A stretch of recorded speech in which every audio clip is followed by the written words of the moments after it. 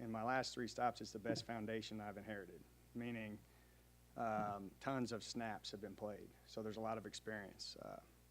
Obviously, I'm excited about the kids coming back. We've got a good group of guys up front and at linebacker, some youth but experience in the back end, which I'm fired up about. When we got here defensively, we tried to identify the needs the best we can. You know, we haven't been around these players yet, but one thing to me that was glaring was some depth at D-line, you know, just bigger bodies. And Jordan was a guy that myself having recruited North Shore for so long, he's a guy that I always knew about. And the fact that we were able to sign him, he brings an instant presence. He is a high motor. I mean, his reputation around the greater Houston area is impressive. Little shorter, but is a tough guy. You know, he's played at a high level, won a state championship, so we're fired up about that. Felt that we addressed that. And then getting Devin Henderson at LaPorte on the early signing period are 2 bigger bodies that we felt good about. The DBs, Day Jordan Mass from Texarkana that we signed today is you know, you're going to notice him as soon as you walk out on the field to watch him in fall practice. Big body, longer, doesn't look exactly like all the rest of those guys on campus currently, so we're fired up about him. That with Kevin Anderson in the early signing period, both big, instinctive DBs. You know, DBs can be, and I've coached the DBs for a long time when I was at the University of Houston, and they can be it's a different animal. You can watch a highlight video and think the kid is quick twitch and an incredible cover guy, but at the end of the day, if you don't have a certain size skill set, you know, you're going to get in the league with bigger receivers, which is going to cause some mismatches. So I'm fired up about those 2 guys as far as being bigger body guys that can cover.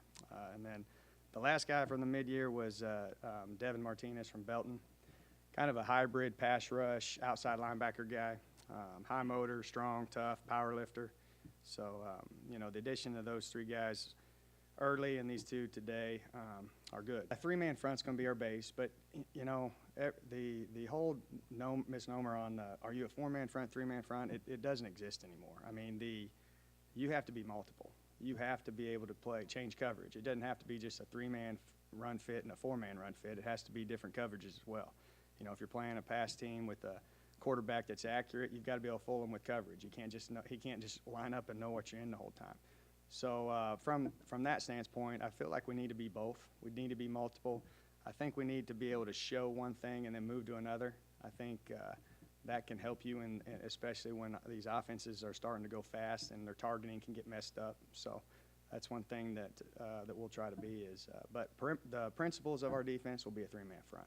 We have a lot of what I call hybrid linebacker outside guys that could be a defensive end. So I think it will also allow us to put maybe our best personnel on the field. You know, we don't have as many big bodies as I said earlier, so your traditional 4-man front can't, you know, the depth there can cause it to be a little bit difficult. But with the 3-man front, you're allowed to put the 2 overhangs out there, which we have a ton of bodies. You've got to change the mindset of you've got to learn to win on defense. You know, it's a team sport, and the best teams that I've been on, when I've been very fortunate to be on some successful teams, the win is working together on both sides of the ball. You know, at the end of the day, when you walk off the field and lost the game, and you're that guy that looks in the stats and thinks you played well and thinks that statistically your side of the ball played well, that's a problem in a culture. And I think the issue that we've got to address immediately is finding a way to win and win on defense, whether it's stop somebody to win the game or to make a stop to get your offense the ball to win the game, something of that nature. But when you walk off the field, you've got to have a W.